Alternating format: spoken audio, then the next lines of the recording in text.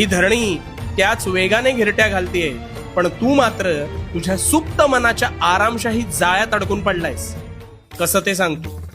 तू ठरवतोस उद्यापासून अमुक एक गोष्ट चांगली करू, पण तो उद्या काही तुझ्या आयुष्यात उजाडत नाही, आणि जरी उजाडला तरी परवा तुझा तोच संकल्प संपुष्टात आलेला असतो. आतापर्यंत हेच होत आलंय, हो ना? आणि म्हणून तू मागेस.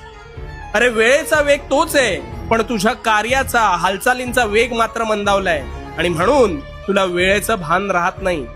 आधी तुझ्या ऐशोआरामी मनाचं ऐकणं बंद कर. ते तुला तात्पुरता आनंद देईल. आणि उठ, तू या भूतलावर मानवी रूपात जन्म घेतलास. तुझ्या तल्लक बुद्धीचा आणि बुद्धी चातुर्याचा योग्य वापर कर. आणि हो, वेळ नाहीये तुझ्याकडे, वेळ नाहीये तुझ्याकडे हे तुझ्या निद्रावस्थेतल्या मनाला खडसावून सांग. आणि उठ, खडबडून जा.